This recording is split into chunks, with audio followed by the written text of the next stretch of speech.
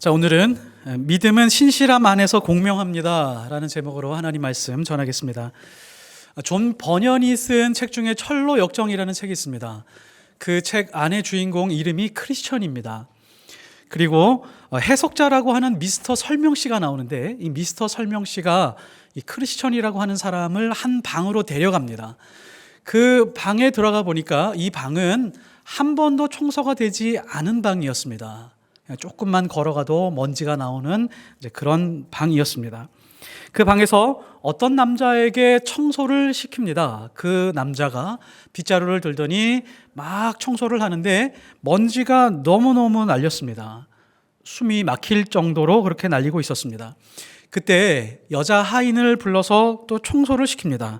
이 하인이 청소하기 위해서 가장 먼저 한 일이 있는데 물을 뿌리는 일입니다. 물을 뿌리고 나니까 먼지가 좀 잠잠해졌고 그 다음에 빗자루질을 하니까 방이 깨끗해졌습니다. 크리스찬이 미스터 설명 씨에게 묻습니다. 이게 무슨 뜻입니까? 라고 이렇게 물으니까 미스터 설명 씨가 대답을 합니다. 이 방은 죄악으로 부패한 사람의 마음을 상징합니다. 첫 번째 청소한 사람의 빗자루는 율법을 상징합니다. 율법은 오히려 죄를 들추어내고 먼지를 일으켜내는 그런 작용을 합니다. 죄를 깨끗하게 씻어내는 힘은 없습니다. 율법은 죄를 드러내기만 하고 먼지를 해결할 능력이 없습니다. 그리고 두 번째, 하인이 와서 물을 뿌렸는데 이 물은 복음과 은혜를 상징합니다. 은혜가 뿌려질 수 있어야 먼지가 잠잠해지고 그 다음에 청소가 가능해집니다 라고 이렇게 가르쳐 주었습니다. 깨끗하게 하는 것, 그리고 거룩하게 하는 것, 그런 목적은 같았습니다. 그런데 은혜 없이 잘못을 드러내고 고치려고 하는데 몰두하게 되면 먼지만 일으키고 서로에게 해를 입힐 뿐이다 라고 하는 그런 의미를 가지고 있습니다. 예수 믿는 사람에게 은혜가 없다라고 하는 것은 먼지를 날리면서 신앙생활하고 있다는 것과 같은 말입니다. 우리 여기서 한번 생각해 봤으면 좋겠습니다. 우리가 신앙생활을 하면서 말을 하고 누군가를 대하면서 서로 교제를 할 때 우리에게는 율법이 앞서 있을까요? 아니면 은혜가 있을까요? 우리는 은혜가 있어야 됩니다. 어떤 사람과 만남 속에서 신앙생활을 하게 될 때 누군가의 가지고 있는 그 먼지를 덮어주기도 하고 먼지를 일으켜내지 않게 하기 위해서 은혜로 덮어줄 수 있는 그런 신앙의 힘을 가질 수 있어야 됩니다. 만일에 은혜가 없는 사람이라면 자꾸 다른 사람의 잘못과 실수를 들춰내기만 하면서 서로에게 먼지만 풀풀 날릴 수 있는 그런 상황에 맞닥뜨리게 됩니다. 할례 문제로 예루살렘 공의회가 열렸습니다. 양측의 의견들이 있었죠. 구원을 받으려고 하면 반드시 할례를 받아야 된다라고 주장하는 쪽이 있었고, 아니다, 할례를 받을 필요는 없다, 구원은 그냥 은혜로만 받을 수 있는 것이다 라고 그렇게 주장하는 한 측이 있어서 다툼과 변론으로 그렇게 공의회가 이루어지고 있었습니다. 할례를 역설하는 사람들의 주장을 끝까지 경청한 뒤에 베드로가 일어났습니다. 하나님이 자신을 이방인 고넬료에게 보내서 고넬료가 어떻게 구원을 받았고 어떻게 하나님을 만나게 됐는지에 대해서 설명을 합니다. 그리고 나서 질책을 하게 되는데요. 어떤 질책을 하냐면 할례를 구원의 조건으로 삼는 것은 하나님을 시험하는 것이다 라고 하면서 주변에 있는 사람들에게 강하게 질책을 합니다. 그리고 베드로가 이렇게 말을 하고 나서 그 자리에 있었던 모든 좌중들이 갑자기 찬물을 끼얹은 것과 같이 조용합니다. 베드로가 어떤 말을 했기에 바울과 바나바의 견해에 동조한 사람들뿐만이 아니라 반대 의견을 가지고 있는 사람들까지 전부 다 조용했을까요?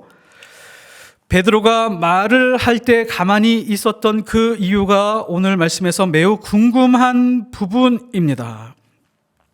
11절 말씀에 보면 그러나 우리는 그들이 우리와 동일하게 주 예수의 은혜로 구원받는 줄을 믿노라 하니, 이 말씀이 끝나고 나서 12절에 가면 온 무리가 갑자기 조용해졌다라고 말합니다. 이 말씀이 결정적이었었던 것이죠. 굉장히 평범한 말씀으로 들리지만 이 말씀 안에는 심오한 뜻이 담겨져 있습니다. 우리는 믿노라. 베드로는 나는 믿노라 라고 그렇게 말하지 않고 우리가 믿고 있다라고 그렇게 말합니다. 할례로 구원을 받아야 된다라고 주장하는 사람들과 그리고 바울과 바나바 그리고 사도들 제자들 다 할 것 없이 우리가 믿고 있는 것이 있다. 그것은 율법이 아니라 은혜로 구원받는다라고 하는 것을 믿고 있다라고 하는 것을 선포합니다. 근데 여기서 중요한 것은 우리가 믿노라라고 하는 그 말입니다. 지극히 평범한 이 말에 왜 모든 사람들이 잠잠했을까요? 그 이유가 있습니다. 우리가 믿노라라고 하는 이 말씀 앞에서 많은 사람들에게 울림이 있었기 때문입니다. 그러니까 베드로는 우리의 믿음을 가장 먼저 내세우고 있었는데 그 믿음이라고 하는 것 때문에 모두가 공감을 하고 있었고 모두가 납득을 하고 있었습니다. 그러면 이 믿음이라고 하는 뜻이 무엇일까요? 이 헬라어로 피스티스라고 하는 그런 단어를 씁니다. 피스티스라고 하는 단어는 믿음이라고 하는 뜻을 가지고 있지만 신실함이라고 하는 뜻도 가지고 있습니다. 이게 어느 때는 믿음, 어느 때는 신실함이라고 쓰는 단어가 아니라 믿음이라고 하는 단어와 신실함이라고 하는 단어를 구분하기가 어렵습니다. 그러니까 신실함이 곧 믿음이고 믿음이 곧 신실함이라고 하면서 같이 어우러져 있는 단어가 바로 피스티스라고 하는 단어입니다. 우리가 성경을 읽을 때 신약 성경에서 주로 믿음이라고 하는 단어가 나오는데 피스티스라고 하는 단어입니다. 이 단어를 읽을 때 신실함, 신실하게라고 바꾸어 읽으면 그 의미를 정확하게 파악할 수가 있습니다. 예를 들어서 마태복음 21장 22절의 말씀을 보면 너희가 기도할 때에 무엇이든지 믿고 구하는 것은 다 받으리라. 우리가 간절히 기도할 때 하나님 앞에서 붙드는 말씀이 이 말씀이죠. 하나님, 믿고 기도할 때 하나님께서 응답해 주신다고 하지 않으셨습니까? 제 믿음이 부족한 겁니까? 내 믿음을 어떻게 하면 잘 키울 수 있을까에 대해서 고민하지만 이 믿음이라고 하는 것을 신실하게로 바꾸면 정확한 의미가 됩니다. 우리가 보통은 믿음, 나는 흔들리지 않는 믿음을 가지고 있어야지 이 믿음을 하나님 앞에 보여주면 마치 도깨비 방망이를 두드려서 하나님께서 다 이루어진다라고 하면서 내 믿음을 가다듬지만 그렇지 않다라고 하는 것입니다. 믿고 기도하기만 하면 어떤 것이든지 다 들어주신다라고 하는 의미는 너희가 기도할 때 무엇이든지 신실하게 기도하는 것은 구하는 것은 다 받으리라 라고 하는 의미입니다. 그러니까 신실한 그리스도인이죠. 그리스도인이 신실하게 살아야 됩니다. 그러니까 신실하게 살아가는 그 그리스도인들은 헛된 것을 구하지 않습니다. 신실한 사람은 허망한 욕망을 구하지 않습니다. 신실한 사람은 자기의 유익만을 구하지 않고 하나님의 유익이 무엇인지, 하나님의 뜻이 무엇인지를 분별하는 사람들이 신실한 사람들입니다. 그러니까 기도를 신실하게 하는 사람들, 이 사람들이 하는 기도의 방식이 이렇다는 것이죠. 영원한 것을 구하는 사람들이고 그리고 생명의 것을 구하는 사람들입니다. 세상에서 나만 잘 먹고 잘 살기 위해서 이것만큼은 내가 쥐고 있어야 돼 라고 하는 것을 붙들고 아웅다웅하거나 가슴 졸이면서 살지 않는다라고 하는 것입니다. 그것이 신실한 기도이고 신실한 삶으로 하나님 앞에 나아가는 것입니다. 그래서 신실한 사람의 기도는 응답되지 않을 수 없다라고 하는 뜻이 있습니다. 그 신실한 사람의 삶을 통하여 하나님의 신실한 뜻이 이루어지기 때문입니다. 베드로가 우리는 믿노라라고 할 때 많은 사람들 앞에서 믿음을 먼저 내세웠는데 이 베드로의 믿음이 지금 많은 사람들에게 납득이 되고 있었던 것입니다. 베드로의 믿음은 삶과 연결이 되어 있었고 베드로의 믿음은 신실했다라고 하는 것을 누구나 다 알고 있었습니다. 특별히 이방인 고넬료를 만나는 과정에 대해서 모든 사람들이 알고 있었습니다. 베드로도 처음에는 불편했죠. 율법 때문에 불편했습니다. 그러나 하나님의 말씀에 비추어서 그 말씀에 순종하면서 따라가서 신실하게 말씀을 따라가게 되었을 때 이방인 고넬료에게 임하셨던 그 하나님의 역사, 그것을 알고 있었기 때문에 많은 사람들이 그 주장에 대해서 납득할 수 있었던 것입니다. 그리고 헬라어 피스티스는 입증하다라고 하는 뜻도 동시에 가지고 있습니다. 11절과 12절로 넘어갈 때 우리말 성경에는 빠져 있는 단어가 있는데 12절 앞에 그러자라고 하는 단어가 빠져 있습니다. 그러자 그때에 베드로가 자기 자신의 믿음을 신실하게 드러내자 그때에 온 무리가 가만히 있어 바울과 바나바가 하나님께서 자기들로 말미암아 이방인 중에서 행하신 표적과 기사에 관하여 말하는 것을 듣더니 라고 이렇게 말씀이 이어지고 있습니다. 그 전까지는 바울과 바나바가 자신들의 표적과 기사에 대해서 말을 하려고 하면 계속 말을 끊고 변론을 하고 다툼이 있었는데 베드로가 이 믿음에 대해서 말을 하자마자 바울과 바나바가 표적과 기사에 대해서 충분히 천천히 설명할 수 있는 기회를 얻게 되었던 것입니다. 그러니까 그 자리에 앉아 있었던 사람들은 베드로가 말했었던 그 믿음을 근거로 입증이 되었었고, 베드로가 보증을 하고 있는 것이구나 라고 하면서 바울과 바나바의 이야기를 처음부터 아무 말 하지 않고 가만히 있으면서 듣고 있었던 것입니다. 베드로는 지금 고넬료를 만나 할례 없이 구원이 이루어졌다라고 하는 것을 입증하고 있고, 그 똑같은 예가 바울과 바나바를 통해서 여러 군데에서 이루어졌다라고 하는 이야기를 처음부터 끝까지 할 수 있었습니다. 고넬료에게 임한 성령, 오순절에 자신들에게 임했었던 성령, 그 사건에 대해서 분리할 수 없고 구분할 수 없었다라고 하는 것을 베드로의 말을 통해서 확증할 수 있었던 것입니다.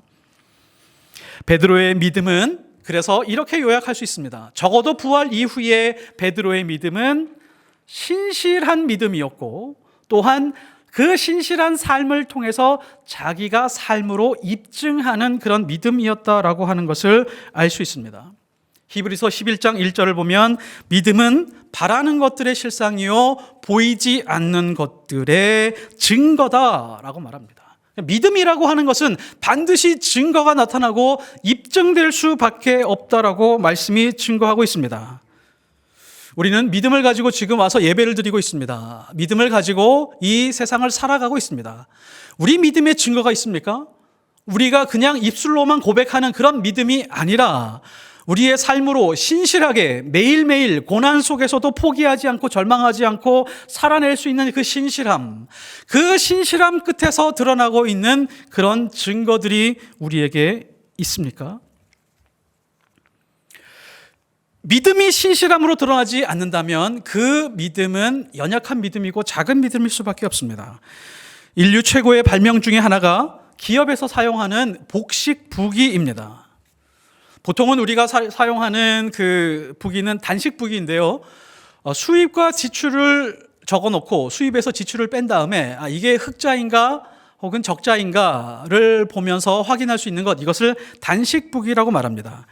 복식부기는 똑같은 거래가 일어나면 두 군데에다가 적습니다. 하나는 차변이고 하나는 대변에다가 적습니다.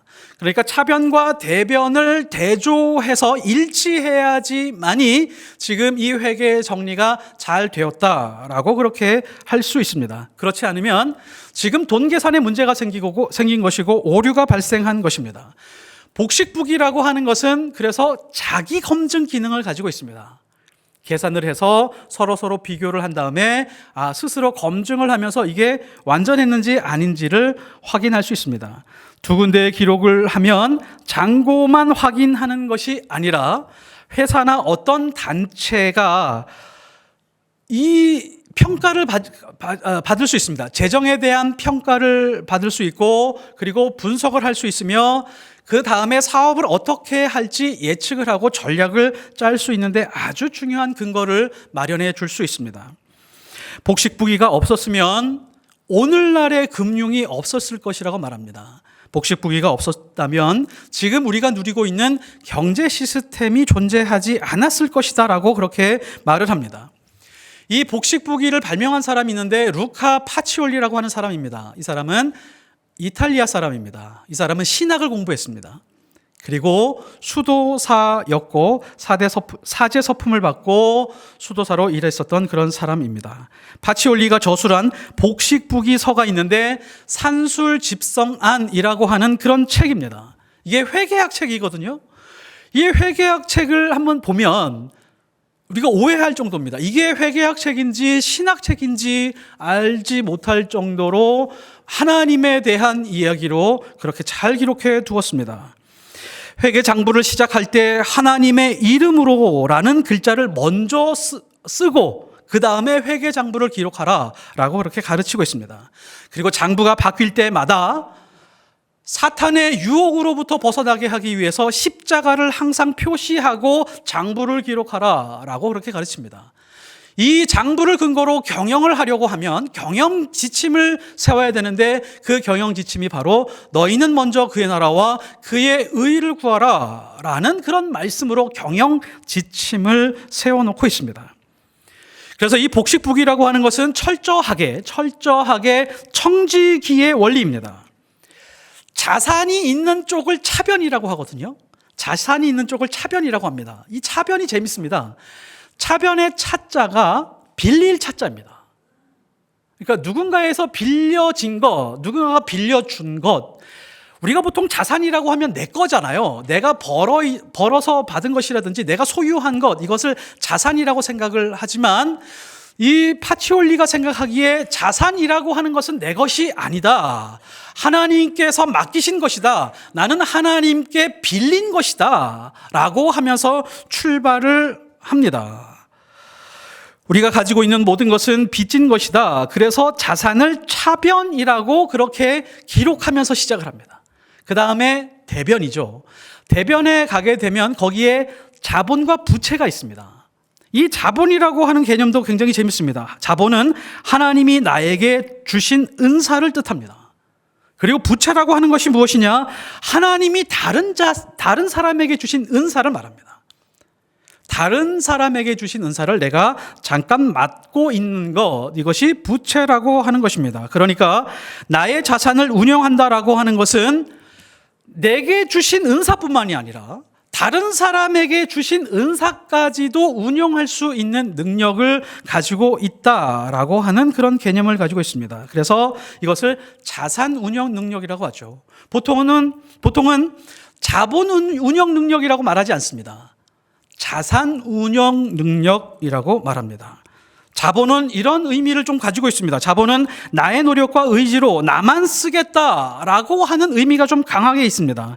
자산은 하나님이 나에게 주신 모든 것, 그리고 내가 잠깐 맡고 있는 것이라는 의미를 가지고 있기 때문에 청지기 의식을 가지고 출발을 합니다. 사람들은 자본이 아니라 자산의 개념으로 살아갈 수 있어야 되고, 특별히 그리스도인들은 우리가 받은 물질에 대하여 자산의 개념으로 가지고 살아갈 수 있어야 됩니다.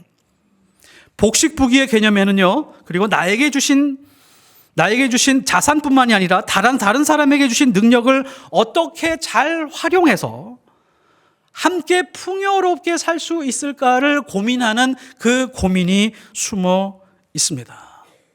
그러니까 파치올리라고 하는 그 사람의 믿음이 있는데, 그 사람의 믿음이 신실하게 잘 녹아져 있는 것이 바로 복식부기라고 하는 것이죠.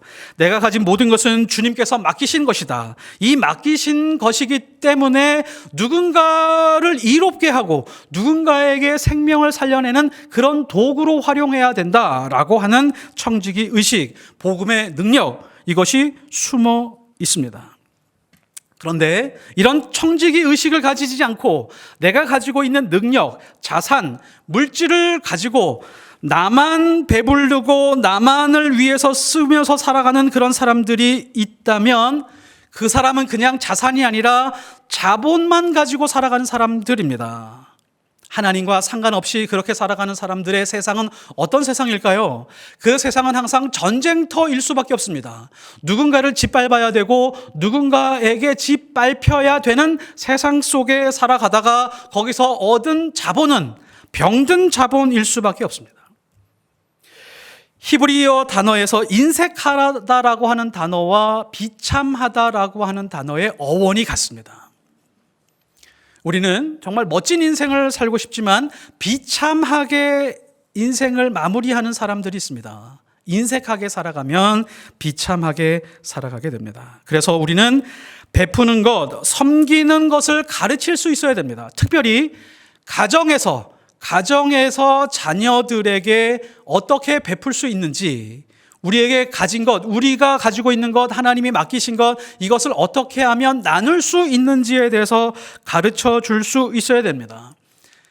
자녀들에게 가르치지 않으면 자신이 가지고 있는 것이 다 자기가 노력해서 가지고 있는 것이다라고 착각하면서 살아가게 됩니다. 그러면 인색하게 되고 인생의 끝은 비참하게 됩니다.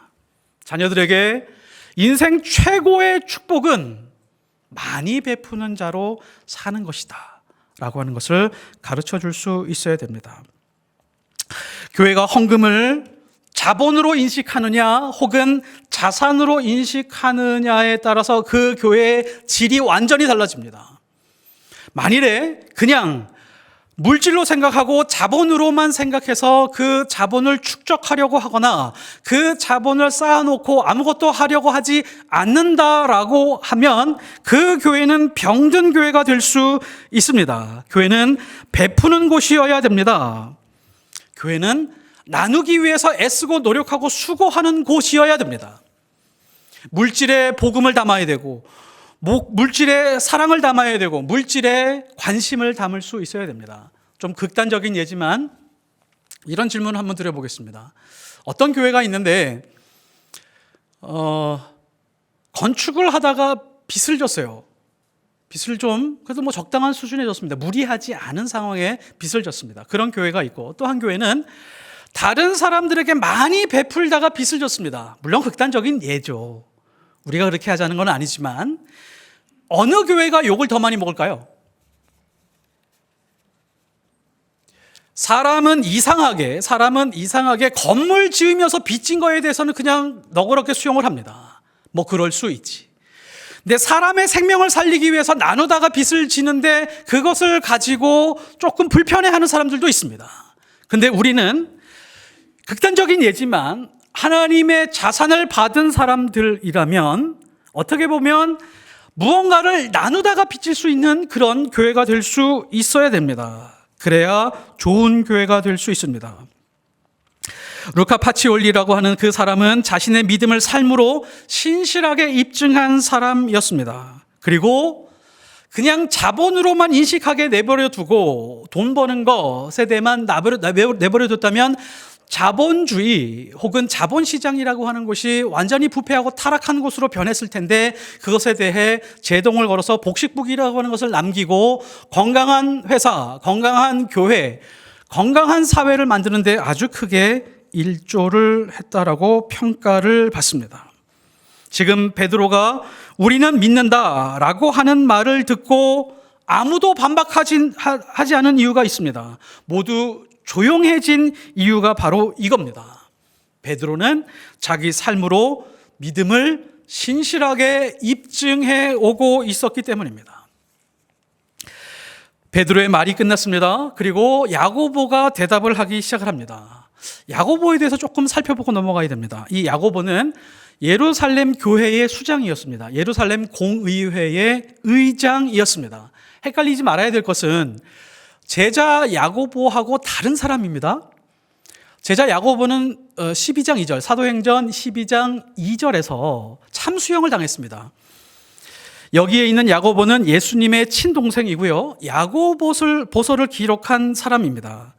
베드로가 감옥에 갇혔다가 나오면서 주변에 있는 사람들에게 이렇게 말했습니다. 내가 감옥에서 나온 것을 야고보에게 보고해라 라고 이렇게 알려줍니다. 그만큼 베드로의 위치보다 당시에는 야고보의 위치가 높았었다라고 하는 것을 알 수 있죠.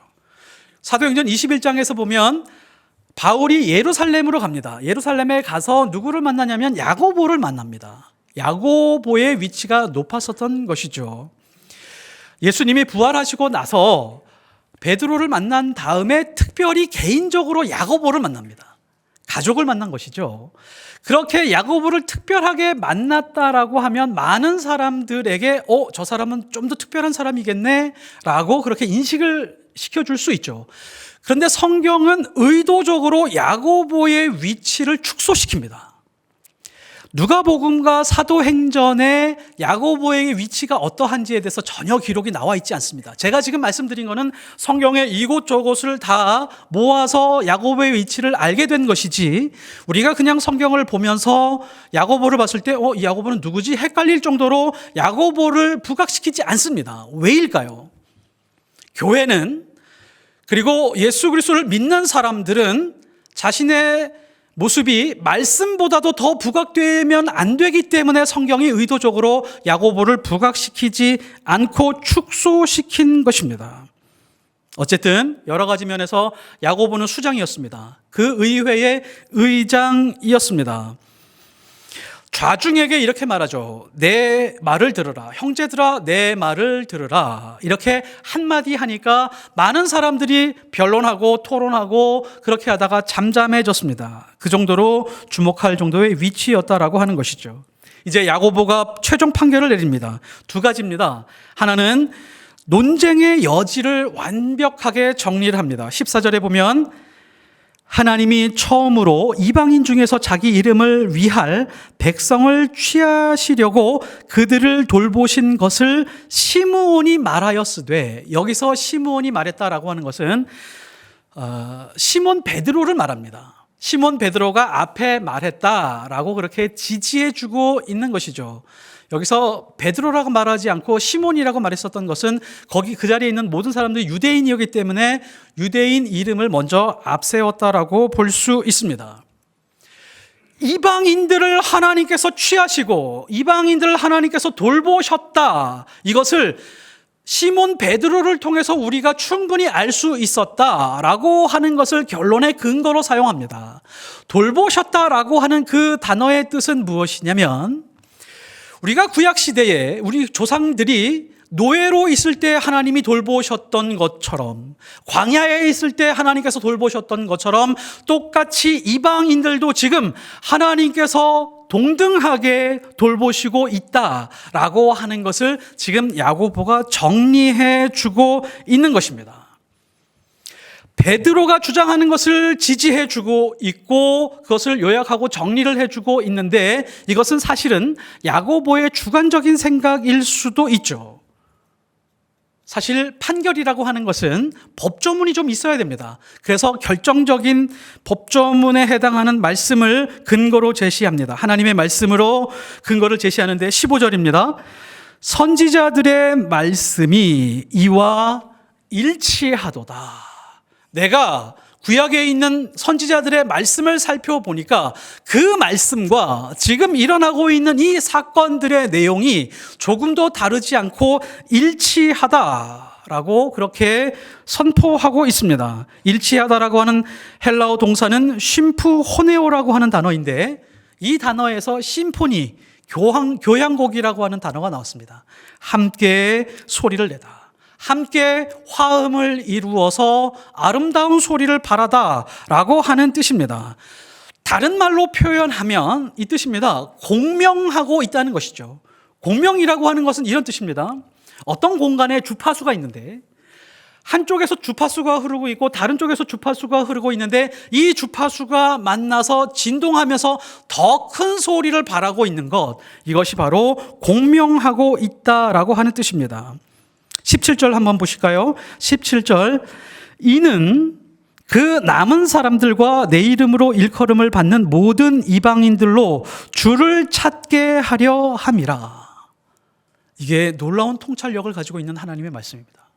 야고보가 시므온이 말했었던, 예언자들, 선지자들이 말했었던 그 말씀을 보니까 하나님께서 남겨둔 자들이 있더라. 그 남겨둔 자들이 누구냐면 12지파 중에 유다지파라고 하는 사람들, 그 지파들 중에서도 바벨론 포로로 갔다 와서 하나님의 백성으로 남아있던 그 사람들이 하나님을 찾고 있는 그 모습을 진동과 주파수로 하나로 놓고 보고, 그리고 또 하나는 지금 이방인들, 이 이방인들이 예수 그리스도를 영접하고 성령을 만나서 하나님께 예배드리면서 하나님께 나아가면서 하나님을 만나는 이 모습을 주파수로 봤을 때 이 사람들이 만나서 일치하고 있다라고 하는 것을 말씀을 근거로 지금 설명하고 선포하고 있습니다. 동일한 음색으로 울리고 있다. 그러니까 750년 전에 그 말씀이 750년 후에 이방인들에게 살아 움직여서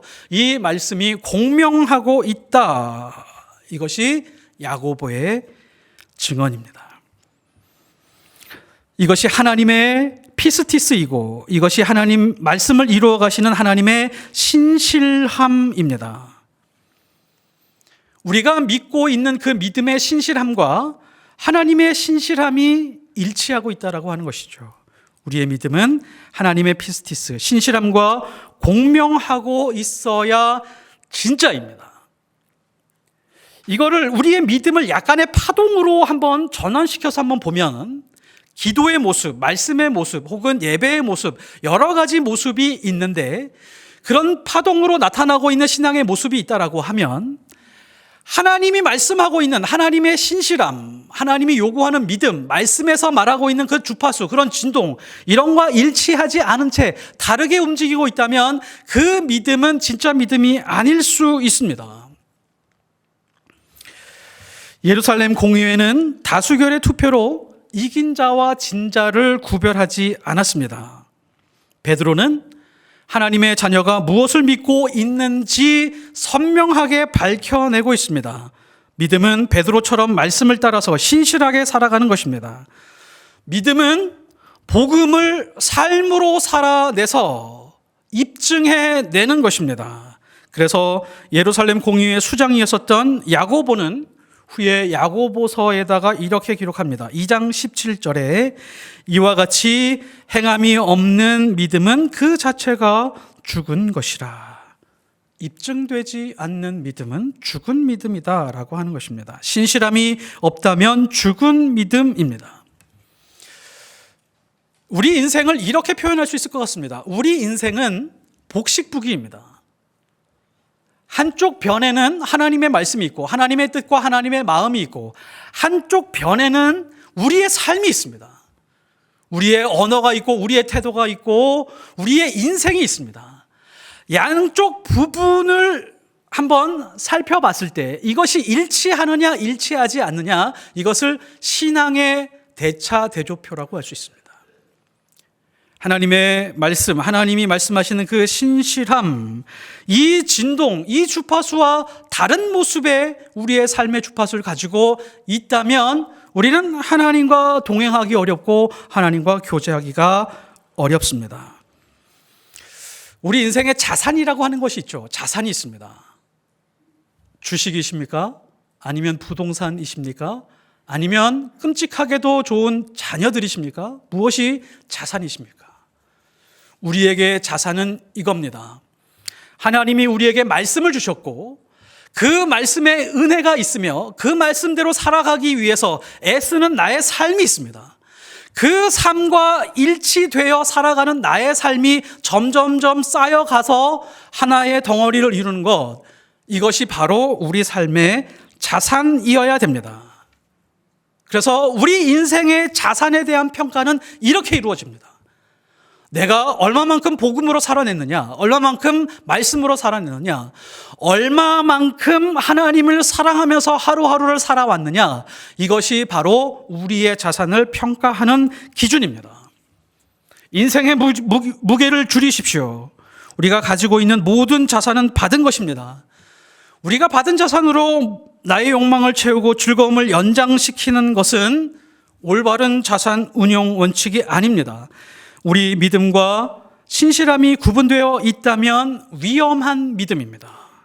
믿음대로 살지 않고 있다라고 하는 증거입니다. 우리는 베드로가 말한 대로 율법이 아니라 은혜로 구원받았다라고 하는 것을 믿습니다. 그렇게 말하면서 살아갈 수 있습니다. 그렇게 말하는 것은 굉장히 쉽습니다. 정말 그 사실을 믿고 있느냐는 그 사람의 삶으로 드러날 수 있어야 됩니다.